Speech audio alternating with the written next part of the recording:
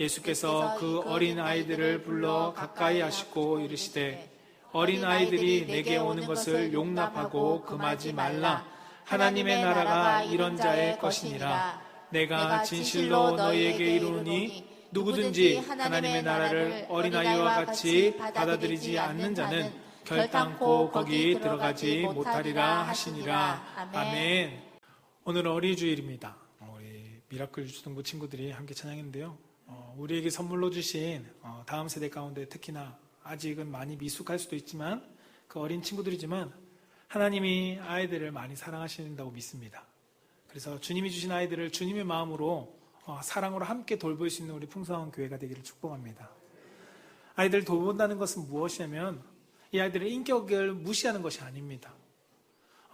내 뜻대로 이 아이들의 인격을 무시하고 내 뜻대로 마음대로 좌지우지하는 것이 아니라 이 아이들 또한 오늘 본문 말씀에서처럼 예수님께서 이들을 인격적인 존재로 대우해 주신 것처럼 우리도 예수님처럼 아이들을 인격적으로 대하고 그들을 사랑하는 것이 바로 이 아이들을 돌보는 것입니다. 제자들처럼 우리가 아이들의 인격을 무시하는 어린이 되어서는 안 될 겁니다. 인격을 존중해 주되 그래도 무조건 받아주는 건 아니고 미흡한 부분은 지도해주고 가르쳐주면서 하나님께서 하나님 앞에 바른 자녀로서 성장할 수 있도록 우리는 그렇게 도와야 되는 것이 공동체입니다. 저는 우리 풍성한 교회 성도님들이 다음 세대 자녀들이 난 존중받는다, 교회에 오면 존중받는다라는 느낌을 가질 수 있도록 함께 예수 그리스도의 마음으로 사랑하고 격려해 줄 수 있는 우리 풍성한 교회가 되기를 주님 이름으로 축복합니다. 저를 따라서 한번 고백해 봅시다. 하나님 사랑합니다. 하나님 감사합니다. 네, 이 고백이 우리 사랑하는 성도님들의 믿음의 고백이 되기를 주님의 이름으로 축복합니다. 앨리스 그레이라는 분이 편집해서 만든 책 중에 하나가 내 인생을 바꾼 100가지 이야기라는 책이 있습니다. 거기에 토니 캠플러라는 이제는 고인이 되셨지만 이 목사님의 이야기가 하나 담겨져 있습니다. 그 내용에는 그 목사님이 중학생을 대상으로 캠프를 주최하는 곳에서 상담자가 되어달라고 부탁이 들어왔습니다. 그래서 그 부탁을 수락하고 캠프 가운데 참여했습니다. 참여하니 그 캠프 인원 중에 뇌성마비를 앓고 있는 빌리라는 한 어린아이가 소년이 있었습니다. 근데 이 아이를 무시하는 다른 친구들이 빌리를 괴롭히고 있는 모습을 목사님은 발견했습니다. 빌리가 몸의 균형을 잃어버리고 운동장을 걸어갈 때 그 몸동작을 따라하면서 흉내내고 따라하면서 그 아이들이 비웃고 있는 모습을 발견했습니다. 그러던 어느 시간대 그 빌리라는 친구가 다른 친구들에게 찾아가서 더듬더듬거리면서 뇌성마비다 보니까 더듬더듬거리면서 작업실로 가려면 어디로 가야 해? 라고 물어봤습니다. 그 말에 아이들은 그 빌리의 어설픈 더듬거리는 말을 흉내내면서 저쪽으로 가면 돼 라고 저는 그냥 표준어로 얘기하지만 그걸 더듬더듬거리면서 따라했습니다. 그리고 웃으면서 그들을 비웃었습니다. 목사님은 이 모습에 목사지만 화가 치밀어 올랐습니다. 그러다 캠프에 이제 막바지가 되었을 때 빌리의 방 아이들이 아침 묵상을 하는 가운데 발표를 돌아가면서 하는 목요일이 찾아왔습니다. 근데 목사님은 그 모습을 보고 분노했는데 그 모습이 어떠한 모습이었냐면 방에 있는 아이들이 발표자를 빌리로 선정한 것입니다. 빌리를 앞세워서 놀리기 위해서 세웠다는 것을 뻔히 알고 그것에 대해서 너무나도 격분하고 있었습니다. 근데 빌리는 아무렇지 않게 힘겨운 몸을 끌고 그 앞에 섰습니다. 아이들이 낄낄거리는 소리가 들려왔습니다. 근데 이 빌리가 짧은 몇 마디 되지 않는 단어를 하면서도 한 5분 정도의 긴 시간이 들었는데 그 내용이 무엇이었냐면 더듬거리면서 예수님이 절 사랑하세요. 그리고 저도 예수님을 사랑합니다. 라는 말을 어렵게 내뱉었습니다. 이 말을 마칠 때 킬킬거리면서 웃던 아이들이 모두 울음으로써 바뀐 모습을 목사님 보았다고 합니다. 빌립의 짧은 간증이었지만 캠프장에는 영적인 부흥이 있었고 그리고 그 모습을 기억하면서 오랜 세월이 지난 후에 목사님이 사역을 하는 가운데 목회자들 만나고 선교사들을 만날 때 그들 가운데 목사님 저 기억하십니까? 제가 중학생 캠프 때 회심했던 사람입니다 라고 얘기하면서 고백하는 사람들이 많았다고 합니다. 목사님이 회유하면서 그 책에 기록한 것은 그 캠프 때 영혼들을 변화시키기 위해서 그들의 가운데 정말 캠프 가운데 아이들을 변화시키기 위해서 영혼을 무너뜨리기 위해서 슈퍼스타, 야구선수, 유명한 선수도 초빙해서 했지만 이들이 무너진 것은 그런 야구선수나 유명한 인사들이 아니라 뇌성마비의 한 아이의 간증을 통해서 무너졌다라고 그는 이렇게 고백하는 회심의 내용을 기록한 내용을 제가 보았습니다. 오늘 본문에 기록된 누가복음은 사복음서 중에 가장 시간 순서로 기록된 책 중에 하나입니다. 오늘 본문 말씀 앞에 나오는 9절에서 14절은 자신이 의롭다고 여기는 바리새인과 나는 죄인입니다라고 고백하는 세리의 기도의 내용이 나옵니다. 그리고 오늘 본문 말씀 뒤에 등장하는 것은 18절부터 30절까지 영생을 얻고자 찾아온 부자 청년에 대한 내용이 나옵니다. 이 두 이야기 사이에 예수님께서 아무 문맥 없이 오늘 어린아이에 대한 비유를 가지고 천국은 이러한 자의 것이다 라고 말씀하는 것입니다. 천국은, 하나님의 나라는 바로 이 어린아이와 같은 자가 아니면 들어갈 수 없다라는 모델을 제시해 줍니다. 오늘 본문 말씀과 같은 내용이 마태복음 19장에도 등장하고요, 마가복음 10장에도 등장합니다. 바로 공간복음 세 곳에 다 등장합니다. 공간복음의 저자들은 중요한 내용이기 때문에 함께 모두가 기록했습니다. 그렇다면 천국은 어떠한 이들이 가는 곳일까요? 하나님 나라는 어떠한 사람들이 들어갈 수 있는 것일까요? 오늘 본문에서는 어린아이라고 말씀하시는데 어떤 어린아이가, 그리고 어떤 아이의 모습 때문에 예수님께서는 그들 가운데 이 어린아이와 같은 자가 천국에 들어갈 수 있다라고 말씀하셨을까요? 오늘 말씀을 통해서 우리가 그것을 바라보면서 말씀 속에 하나님께서 깨닫게 하신 것을 함께 발견하기를 원합니다. 그 첫 번째가 무엇이냐면 따라해 보겠습니다. 갓난아이와 같이 의탁해야 합니다. 하나님 나라의 롤모델, 하나님 나라에 들어가기 위한 롤모델 중에 첫 번째는 갓난아이와 같이 의탁하는 것이 필요하다는 것입니다. 오늘 누가복음 18장 15절에는 이렇게 기록합니다. 사람들이 예수께서 만져주심을 바라고 자기 어린 아기를 데리고 오매 제자들이 보고 꾸짖거느리라고 성경 말씀합니다. 다른 공간복음, 다른 누가복음을 제외한 마태, 마가복음에서는 어린아이를 거론할 때 한 단어를 사용했습니다. 보편적으로 사용했던 단어인데 그 단어가 무엇이냐면 파이디온입니다. 들어보신 적 있으실 겁니다. 파이디온이라는 단어를 사용했습니다. 그런데 오늘 누가복음에는 특별한 단어를 사용합니다. 어린아이를 만져주기를 원하면서 찾아온 엄마들이 데리고 온 이 아기가 뭐라고 얘기하냐면 브레포스라는 단어를 사용합니다. 이 브레포스의 단어는 신생아를 의미합니다. 이제 갓 태어난 아기, 신생아, 유아들을 의미하는 단어입니다. 지금 본문 속에서 찾아온 이 아기들은, 이 유아들은, 이 신생아들은 자신의 의지로 예수님께 찾아온 것이 아닙니다. 전적인 부모에게 자신의 삶이 의탁된 상태로 예수님께 나와진 것입니다. 예수님께서 천국에 들어갈 수 있는 자들, 롤모델로서 첫 번째 제시한 것이 이 어린 아기입니다. 오늘 본문에 등장한 첫 번째 어린 아기는 자신의 의지와 자신의 힘으로 아무것도 할 수 없는 존재였습니다. 예수님은 자신의 의지가 아니라 전적으로 부모님께 의탁된 이 아기를 보고 이러한 자가 천국에 들어간다라고 성경은 말씀합니다. 갓난아기와 같이 나의 몸 하나까지도, 나의 마음과 생각과 환경까지도 다 의탁되어진 존재, 부모에게 의탁한 이 어린아이와 같이 하나님께 의지하고 맡길 때 그 사람이 천국에 들어갈 수 있다라고 오늘 예수님께서는 가르쳐주고 있다는 겁니다. 사도 바울은 자신을 이 오늘 본문의 말씀에 등장하는 어린아이와 같이 하나님께 내 삶을 의탁했다라고 말합니다. 디모데후서 1장 12절에 보면 이렇게 기록합니다. 함께 읽어볼까요? 시작.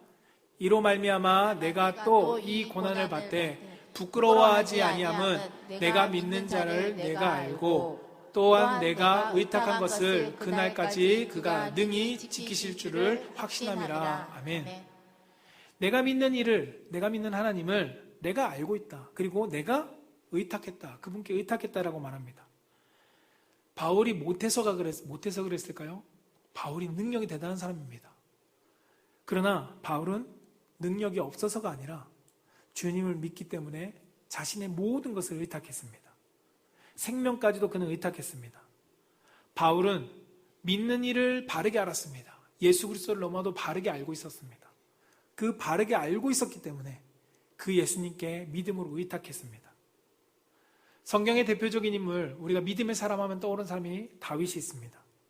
다윗도 하나님께 자신의 생명을 의탁했습니다. 시편 31편 5절에 보면 내 영을 주의 손에 맡기나이다 라고 그는 고백합니다. 내 영을 주님의 손에 맡긴다, 부탁합니다 라고 합니다. 다윗의 삶에 고난이 있었습니다. 어려운 일이 있었습니다. 그러나 다윗은 그 모든 것, 내 생명을 하나님께 의탁하고 맡겼습니다. 다윗은 자신이 쫓겨다닐 때도, 고통 속에서도, 그리고 자신이 왕이 되어서 백성을 통치할 때도, 어느 때든지 그는 어린아이와 같이 하나님께 모든 것을 의탁했습니다. 하나님께 모든 것을 맡길 때 그의 삶은 천국이 보장되어 있었습니다. 베드로 사도도 성도들에게 이렇게 말합니다. 베드로전서 5장 7절에 너희 염려를 다 주께 맡기라. 이는 그가 너를 돌보신다 라고 말씀합니다. 주님께 너의 모든 것을 의탁해라. 그러면 주님이 너를 돌봐주실 거다 라고 말씀하고 있다는 겁니다. 여러분, 어린아기는 염려하지 않습니다. 그냥 배고프면 울 뿐이지 염려하지 않습니다. 염려는 누가 할까요? 부모가 합니다. 부모에게 모든 것을 의탁하는 아기는 결코 염려하지 않습니다. 그 이후의 책임은 부모가 지기 때문입니다. 하나님 나라에 들어가는 성도 또한 동일합니다. 아이와 같이 부모에게 의탁하듯 하나님께 내 모든 것을 의탁할 때 우린 천국에 들어갈 수 있다고 성경은 말씀합니다.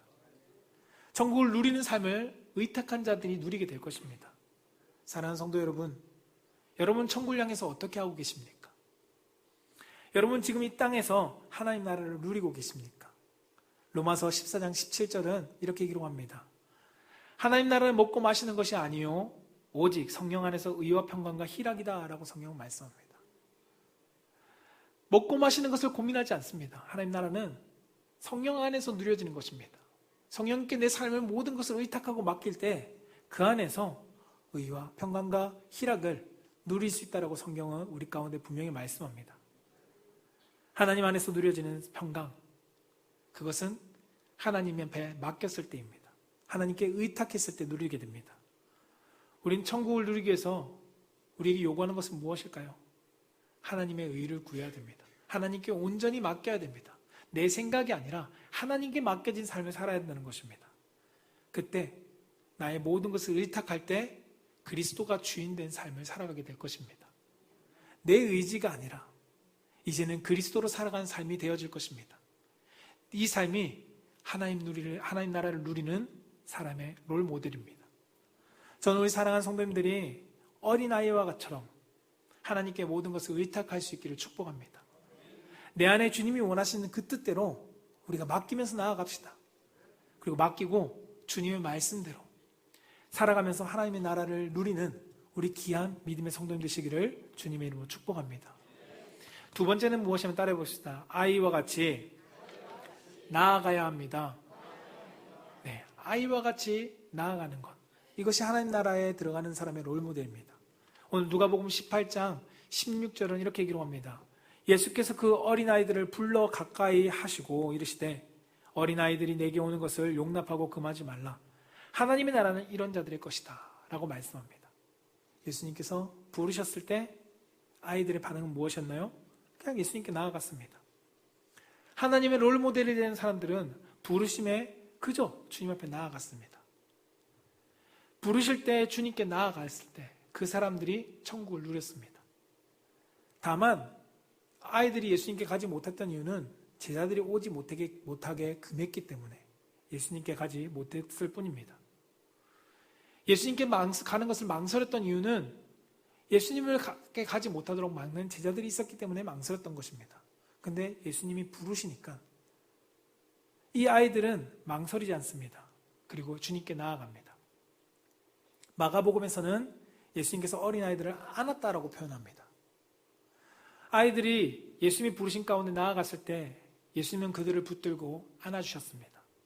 아이와 같이 주님께 나아갈 때 천국을 들어갑니다. 주님이 부르심에 다른 것과 저울질하지 않습니다. 오늘 말씀의 아이들은 가야 되나 말아야 되나? 주님이 부르심에 저울질하지 않았습니다. 그냥 부르시니까 그 부르심에 주님께로 달려갔습니다. 천국에 들어가지 못하는 이유가 무엇일까요? 우린 여전히 오늘 본문 말씀의 아이들처럼 주님은 우리를 부르시는데 우리가 주님께 가까이 나아가지 못하기 때문입니다. 예수님께서 하나님의 뜻을 전하러 이 땅 가운데 오셨습니다. 여러 번 백성들을 부르셨습니다. 그들이 부르심에 응답하지 않았다는 사실을 예수님 너무나도 깊게 아쉬워하십니다. 마태복음 23장 37절에 이렇게 기록하는데요. 예루살렘아 예루살렘아 선지자들을 죽이고 내게 보내어진 자들을 돌로 치는 자여 내가 내 자녀들을 몇 번이나 모으려 하였느냐 그러나 너희가 원하지 아니하였도다 라고 성경은 말씀합니다. 하나님께서 부르지 않은 것이 아닙니다. 하나님은 선지자들을 통해서 부르셨고요. 이에도 반응이 없으니까 하나님이신 예수님께서 직접 이 땅 가운데 오셔서 부르셨습니다. 그리고 그 주님의 부르신 가운데 그들은 나아가야 되는데 그래도 나아가지 않았습니다. 여러분 2000년 전에 예수님께서 부르심으로 끝난 것일까요? 그렇지 않습니다. 지금도 주님은 우리를 말씀으로 부르십니다. 그러나 하나님 나라의 소유자는 부르신 가운데 아이처럼 나아가지만 아직도 많은 성도들, 많은 사람들은 그 부르심에 나아가지 못하고 있습니다. 그래서 요한복음 5장 40절에 예수님이 이렇게 말씀하십니다. 너희가 영생을 얻기 위하여 내게 오기를 원하지 아니하느니라 라고 말씀합니다. 나는 너희들 가운데 천국, 그 영생을 너희들 가운데 주기를 원하는데 너희들이 내게 오기를 원하지 않는다 라고 예수님께서 말씀하십니다. 혹시나 이 중에 예수님께서 부르시지만 아직도 주님께 가까이 나가기를 꺼려하면서 조금 먼 발치에서 고민하고 계신 분이 있지는 않으십니까? 아니면 주님이 나를 부르신다고 느끼지 못하는 분이 혹시 계시지 않습니까? 그렇다면 주님은 여러분들을 확실하게 부르시고 계시다는 것을 말씀을 통해서 깨닫기 바랍니다. 우리 이 말씀을 함께 읽어볼까요? 먼저 성경 말씀을 함께 읽어봅시다. 주님은 지금 여러분들을 부르십니다. 마태복음 11장 28절에 함께 읽어볼까요? 시작! 수고하고 무거운 짐진 자들아 다 내게로 오라. 내가 너희를 쉬게 하리라. 아멘. 이걸 좀 제가 혹시 띄워져 있나요? 밑에 띄워주실래요? 하나? 그 밑에 거? 안 돼 있군요. 네.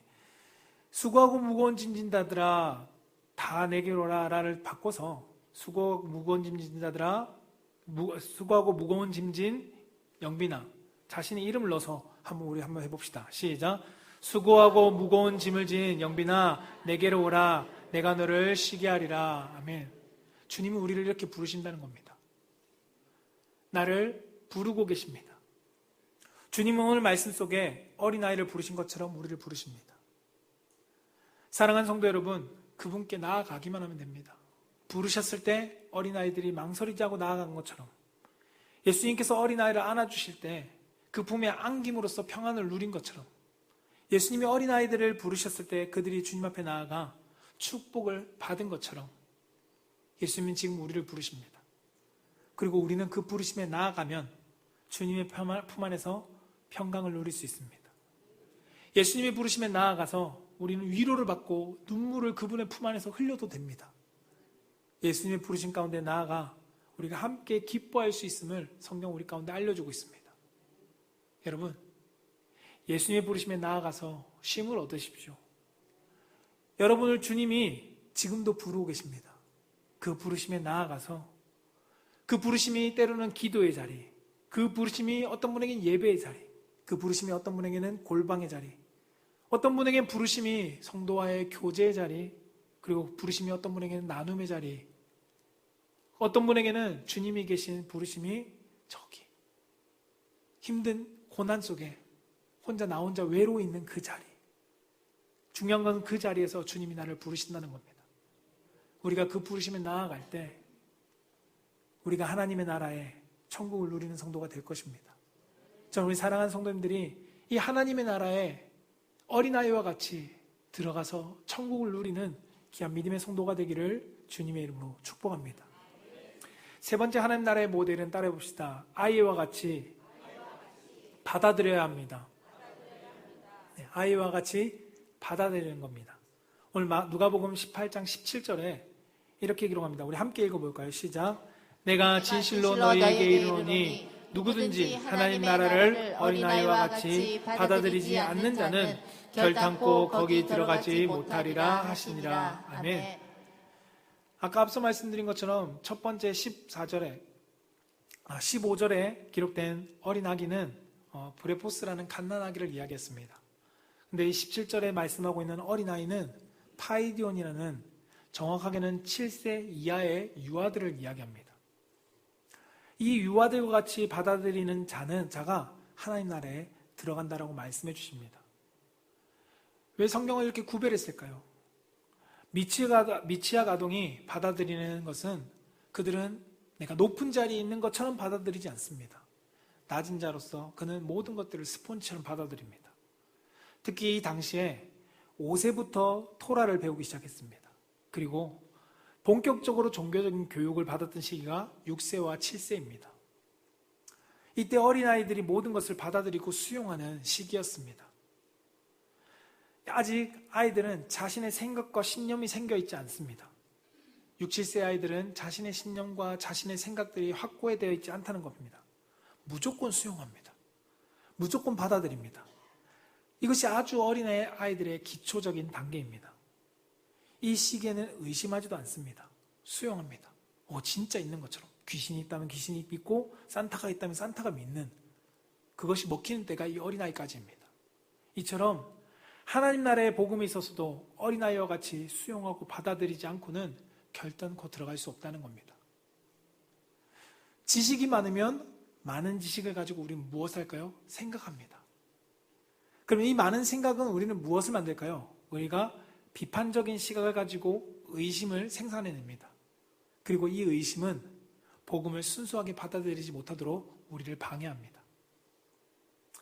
제가 주일학교를 많이 사역을 하다 보니까 7세, 지금 우리로 치면 예꿈 유치부 이하의 아이들은 별로 이야기하는 것에 대해서 반감을 갖지 않습니다. 제가 집에서도 우리 둘째, 셋째가 7세와 5세인데 그 아이들에게 이야기하면, 아빠가 가르치면 수용합니다. 받아들입니다. 특별하게 의심하지 않습니다.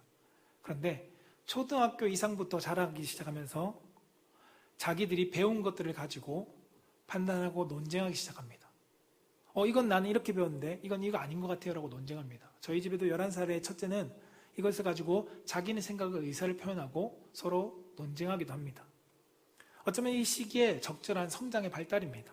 그러나 성경에서의 복음은 어린아이와 같이 받아들이지 않으면 우리가 하나님의 나라에 들어갈 수 없다라고 말합니다.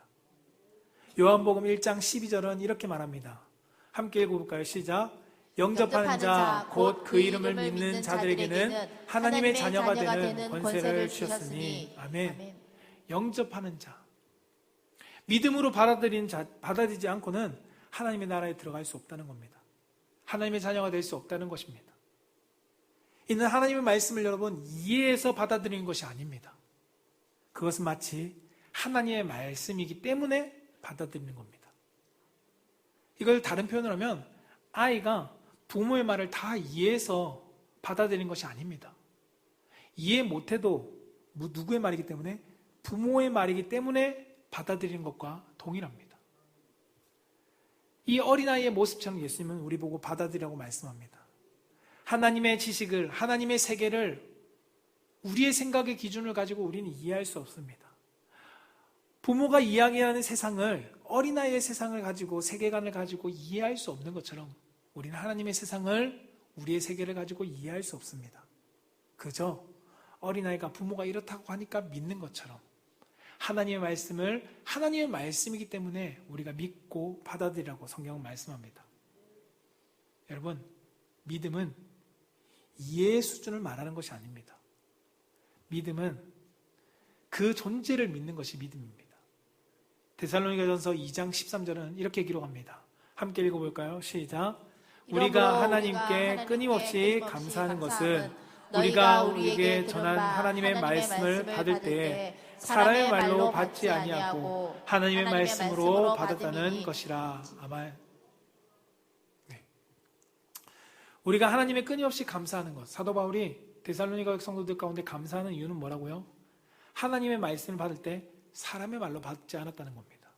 나를 이해시키고 그것을 설득력 있는 말로 받아들인 게 아니라 하나님의 말씀으로 받아들였기 때문에 내가 너희들 가운데 감사하다라는 겁니다. 아이가 부모의 말씀이기 때문에 받아들이듯이 우리도 복음을 사람의 말로 받을 때는 믿을 수 없습니다. 어떻게 사람이 살아납니까? 어떻게 물이 갈라집니까? 바닷물이 갈라지고 어떠한 이런 일들이 일어날 수 있겠습니까? 하나님의 말씀으로 그러나 받아들일 때 모든 것은 내가 됩니다. 그리고 그 하나님 말씀을 믿음으로 받았을 때 우리는 하나님의 나라를 누리는 성도가 될 수 있다라고 성경은 말씀합니다. 하나님은 이미 하나님의 나라를 여러분들 가운데 선물로 주셨습니다. 이미 주셨습니다. 요한복음 3장 16절은 우리 가운데 이렇게 말씀하죠.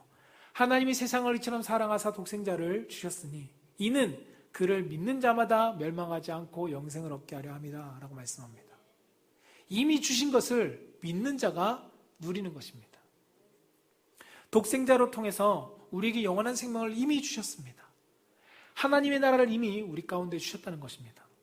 이것을 어린아이와 같이 믿을 때, 믿음으로 받아들일 때, 그것을 받아들임으로써 내가 누리는 것입니다.